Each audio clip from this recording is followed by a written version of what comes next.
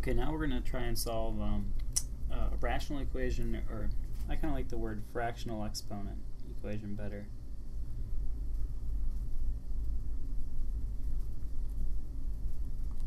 So I'll say fractional exponents. And when you do that, it's important to remember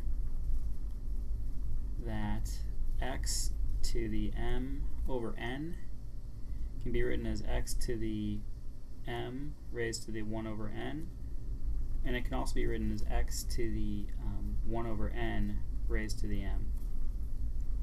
And then remember that anything to a fractional power, like x to the 1 over n, that's the same as the nth root of x. You can raise that to the m. So we're going to, if you remember this property right here about exponents, then solving these is really not that hard. All you're going to do is isolate the thing that has a rational exponent, and then raise both sides to the reciprocal power, and then simplify. So here we have x plus 5 raised to the 3/2, and that's equal to 8. And what we're going to do, this is already isolated, but what we're going to do is we're going to raise both sides of this equation to the 2/3 power. And when you do that, the 3/2 times the 2/3 becomes 1. So this is x plus 5 raised to the 3/2 times 2/3. Well, 3/2 times 2/3 is 1. And you have 8 to the 2/3 here. So notice that this is equal to 1. So we're left with x plus 5 is equal to 8 to the 2/3, which you could write as 8 to the 1/3 squared.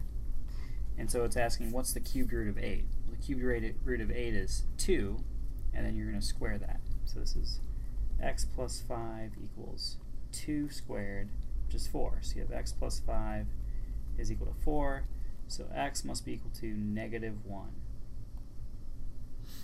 And because we raised both sides of this equation to the 2/3, we squared something. So we need to check to make sure that we haven't introduced any extraneous solutions. So check. And we want to check that when x equals -1, this equation is true. So we want x plus 5 raised to the 3/2. We want to see if that's equal to 8. And we're supposed to be plugging in -1 here. So -1 plus 5 is 4. So we have 4 to the 3/2. And the question is that equal to 8? Well, 4 to the 3/2, you could take the square root of 4 and then cube it. So that's 4 raised to the 1/2 cubed, and that is 8. That's 2 cubed, which is 8. So 8 equals 8. Check. Okay, so this is a legitimate solution to this equation, and that's all there is to it.